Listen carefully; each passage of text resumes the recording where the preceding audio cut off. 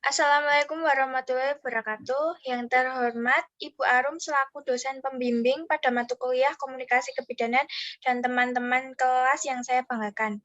Puji syukur, marilah kita panjatkan kepada Allah Subhanahu wa taala. Di sini saya dan teman kelompok saya akan membahas hasil diskusi kelompok kami dengan topik yaitu teori berpikir kritis dalam komunikasi dalam konseling. Dan perkenalkan, nama saya Fani Cahyanugrahani, adapun anggota kelompok saya yaitu Septiana Azarwati, Resita Alicia Putri, dan Tiara Rizky Berliana. Dan yang pertama, saya akan membahas tentang studi kasus tentang hamil di bawah umur. Assalamualaikum warahmatullahi wabarakatuh, Bu Bidan. Permisi. Waalaikumsalam, iya. Bu Bidan, saya akan perkenalan dulu, nggih. Nama saya Fani Cahyanugrahani.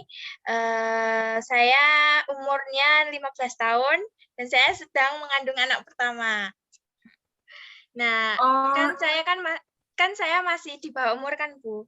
Saya mau tanya, resiko pada ibu hamil usia muda itu apa aja sih, Bu? Oh, banyak sekali, Bu, resikonya. Yang pertama, rentan mengalami keguguran. Yang kedua, tekanan darah menjadi tinggi. Ketiga, kelahiran bayi prematur, yang dimana berat badan sang bayi itu rendah. Lalu ada anemia atau kekurangan gizi. Lalu depresi postpartum, yaitu depresi yang dimulai setelah melahirkan bayi. Lalu ada juga angka kematian yang cukup tinggi, Bu. Itu resikonya. Baik, Bu. Terus saya mau tanya lagi. Faktor dan dampak psikologis apa yang terjadi pada remaja yang hamil di bawah umur sih? Kan banyak kan ya, Bu, sekarang yang gangguan mental. Iya, benar. Salah satunya, remaja yang hamil akan mengalami stres.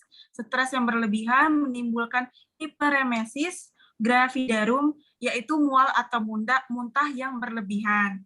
Terjadi kenaikan tekanan darah atau keracunan kehamilan yang disebut dengan preeklamsia atau berlanjut menjadi eklamsia dan dapat mengancam jiwa dan meningkatkan angka kematian, Bu. Seperti itu. Baik, Bu, saya sekarang paham. Untuk saat ini saya sampai di sini dulu pertanyaan saya. Oh iya, semoga sehat-sehat ya, Ibu. Iya, terima kasih, Bu. Saya pamit dulu ya, Ya. Bu. Assalamualaikum. Ya. Waalaikumsalam, hati-hati.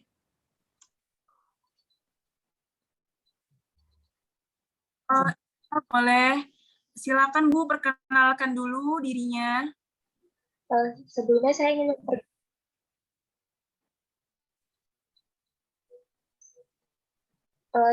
ingin memperkenalkan diri saya terlebih dahulu.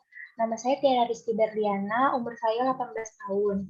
Sekarang kan banyak banget ya, Bu, kasus seks bebas yang dilakukan remaja. Iya. Apa sih resikonya jika berhubungan seks di usia yang bisa terbilang muda gitu, Bu? Iya, saya jawab ya. Pertanyaan tadi tentang resiko gangguan kesehatan yang berbahaya pada seks bebas. Di kalangan anak-anak biasanya harus ada edukasi seperti ini. Kebanyakan resiko gangguan kesehatan ini seperti penyakit yang menular seksual, kanker serviks, hingga komplikasi kehamilan yang berbahaya bagi ibu dan bayi. Seperti itu, Bu. Perlu gak sih, Bu Bidan, anak yang akan memasuki usia remaja itu diberi sex education?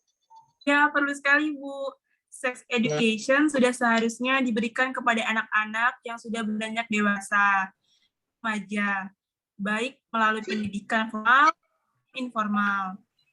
Ini penting untuk mencegah pengetahuan seks maupun pengetahuan tentang kesehatan reproduksi di kalangan remaja. Beberapa hal yang pentingnya pendidikan seks bagi remaja. Yang pertama, untuk mengetahui informasi seksual bagi remaja. Yang kedua, memiliki kesadaran akan pentingnya memahami masalah seksualitas.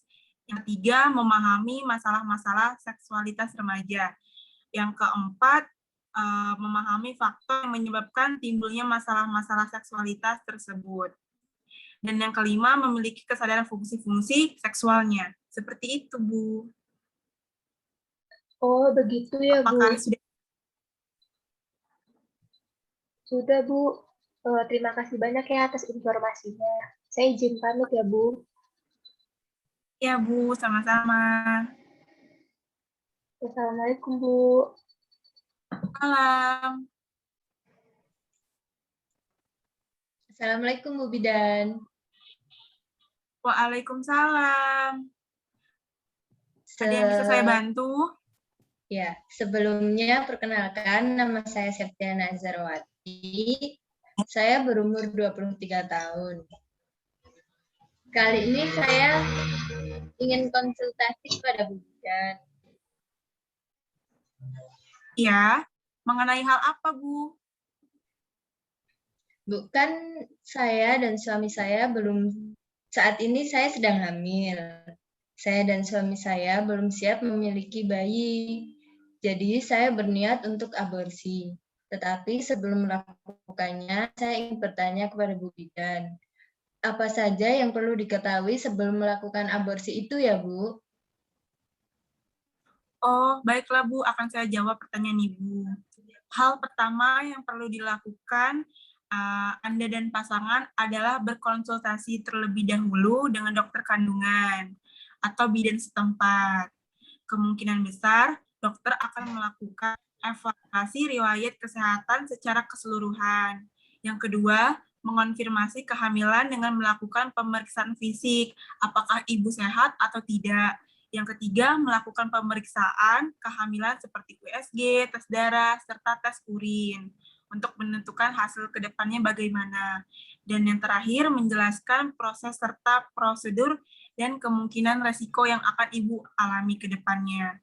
Dalam beberapa kasus, ibu perlu melakukan USG untuk menentukan perkembangan usia kehamilan dan ukuran janin.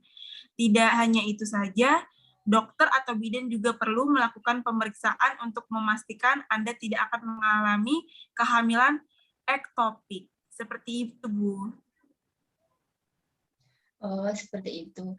Dan kalau melakukan aborsi itu resikonya apa saja ya, Bu Bidan? Baik. Bentar.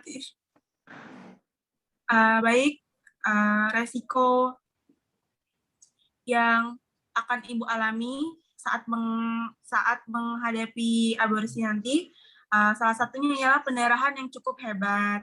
Yang kedua, sakit perut atau punggung yang cukup parah. Ketiga, demam berlangsung lebih dari 24 jam. Yang keempat, keputihan atau flek yang disertai bau tidak sedap. Yang kelima, tidak hanya itu saja, ada kemungkinan beberapa wanita akan mengalami berbagai kondisi psikis yang melibatkan perasaan emosional, seperti stres dan cemas yang berlebihan. Seperti itu, Bu. Terus, kalau saya berniat aborsi, apakah masih bisa hamil lagi, Bu Bidan?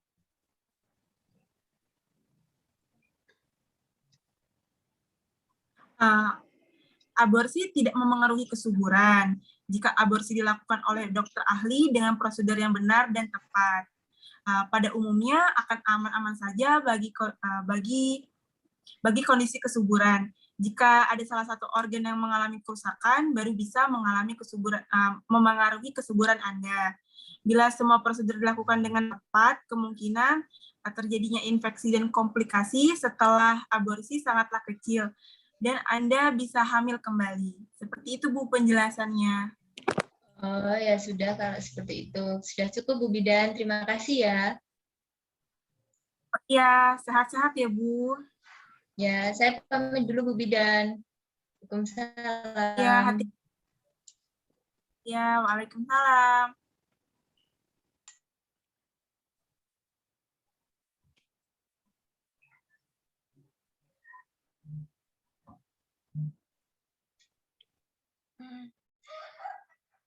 Demikian yang bisa kelompok saya sampaikan untuk presentasi hari ini. Terima kasih atas perhatiannya. Mohon maaf bila ada salah-salah kata. Demikian akhir presentasi saya. Semoga bermanfaat untuk kita semua. Semoga apa yang disampaikan barusan bisa dipahami, dan sekian dari kelompok saya, pamit undur diri. Wassalamualaikum warahmatullahi wabarakatuh. Waalaikumsalam.